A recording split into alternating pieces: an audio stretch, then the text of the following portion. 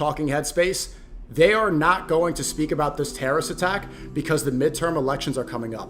And they see that to shut people out, like Thomas Massey, who wanted to release the Epstein files, they discredit these people by saying they're jihadists. And one thing I also want to say is that I know these brothers who were killed, shuhada, inshallah, in this attack personally, and they have families. And these are not people that were wealthy. These were people that were working every day to feed their families, like this brother Amin, who had 9 children. May Allah protect them. I've shared with you a link, a GoFundMe that's been put for their families. Thank you. We hope that people will, again, this is not for us. This is for the families of those people that have been killed and their children. I really, I just have to say that these are people that I grew up with. I mean, when I came to Islam when I was 18, this is the first place I went. One of the people that, his name is Abul Izz, the father of Izz. His son Izzat is a very close friend of mine. Somebody who goes out and does da'wah with us. These are not paid actors. This is not some kind of joke. These are human beings that we know so well. They have children, they have families.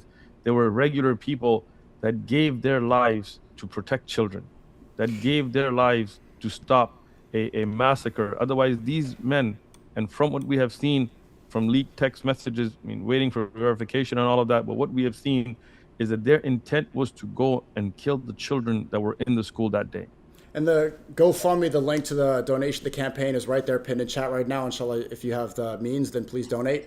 And you brought up a great point about how people should condemn this. And I do believe that people like Megyn Kelly, Tucker Carlson, Candace Owens will speak out against this. Even Alex Jones, they will condemn this. But you know why so many people won't? And they're thinking right now, they know that this is horrible, but so many people in the American political talking head space, they are not going to speak about this terrorist attack because the midterm elections are coming up. And they see that to shut people out, like Thomas Massey, who wanted to release the Epstein files, they discredit these people by saying they're jihadists, by saying they're Islamic sympathizers. They say Tucker Carlson. They say that they're Islamic apologists. This is how Ben Shapiro is discrediting American voices, is associating them with Muslims. So many people right now, they're thinking this, and I know it, that this is wrong and they should speak out, but they don't want to get their political agenda. They don't want to hurt their they don't want to hurt their platform and their voice, and they're prioritizing their fame and they're prioritizing their platform rather than saying what they know to be true. So to these people, say what's right. Okay, yes, the elections are coming up and you know that they're going to attack and say that you're jihadi or whatever. What is right and what is wrong? What's more important? And what are you going to remember when you die? We're all going to die one day. What is the right thing to do? And I'll say this, Tucker Carlson is an open and proud Christian. Candace Owens is an open and proud Christian, and others that are they're not Muslim. They're very, very open about their faith. They're very dedicated to their faith, but they are people who have at least the conscience to understand that children's lives are sacred. Mm-hmm. Innocent people are sacred. Yes. Right when this happened, my mind was like, I flew in this morning from, being in Virginia. I hadn't slept. My mind was going crazy. And then I got this message and I got this call from a very close brother of mine, Jahid.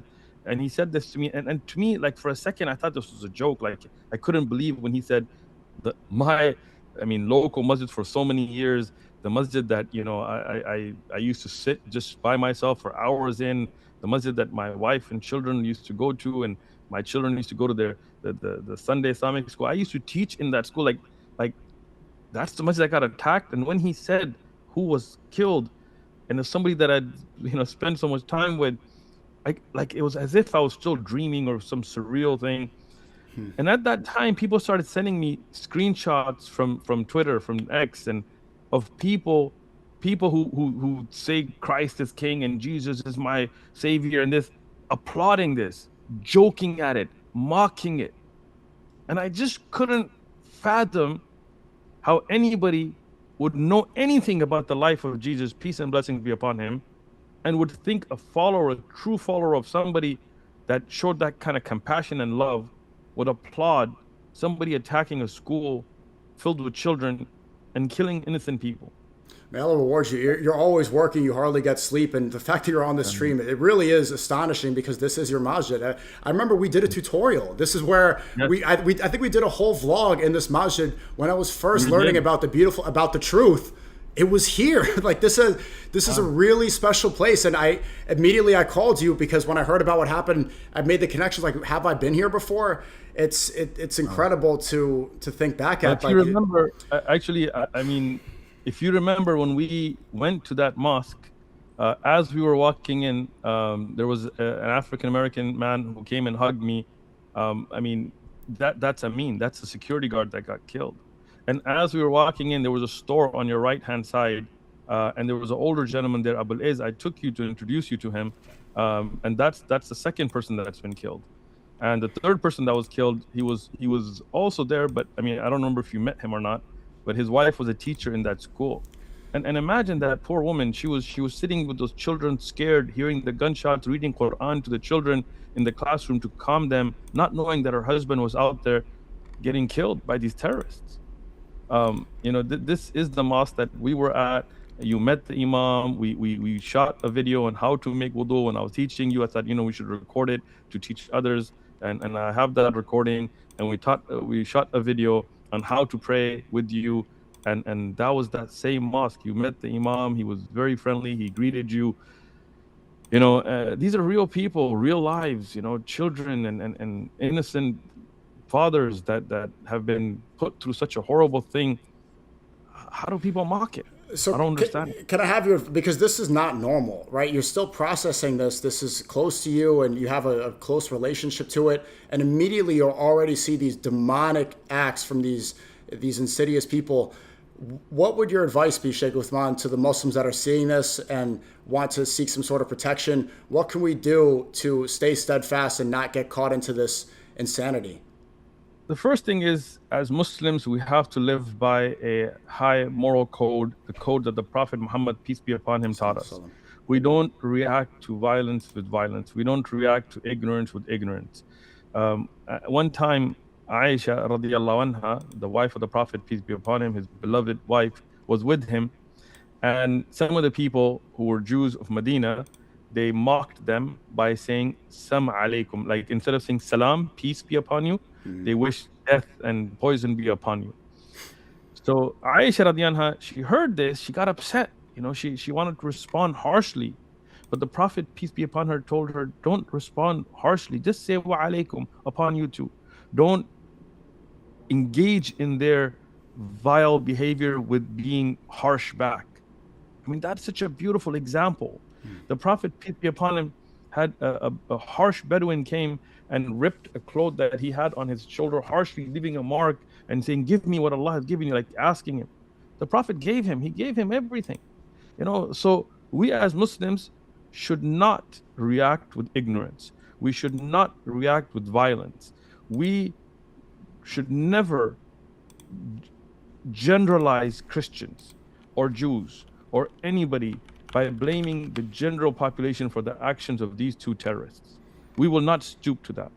Rather, I call on all Muslims in America to utilize this to build bridges, to reach out to people of the Christian faith, of the Jewish faith, of the Hindu faith, and other faiths, to educate them about Islam, to build bridges of understanding, to utilize the situation to show the world that we are people who want peace. We are people who want to coexist in this country as fellow citizens peacefully. We're not here taking over anything. Yes, we share our faith because we believe in our faith, just like people of the Jehovah's Witness or the Latter-day Saint Christians or others do as well. We believe in sharing what we believe peacefully, lovingly. The next thing I'm going to say, and I'm not afraid of anybody, I speak the truth, I only fear Allah, is I believe every Muslim in America, not just masajid and organization, every Muslim in America needs to defend themselves. The hate that we're getting, the threats we're getting, the violence. You just got attacked recently. You've seen the attacks we've had, and other Muslims, innocent women coming out of Walmarts and that were shot, for doing nothing but practicing their religion. We as Muslims in America, we're not just going to sit around and take it.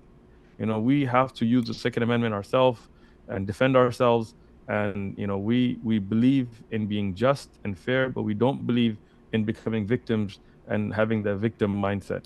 We're not going anywhere. This is our country just as much as it is anybody else. Donald Trump's ancestors migrated here. JD Vance's wife and his Trump's ancestors. wife is uh, from Slovenia. She's an immigrant.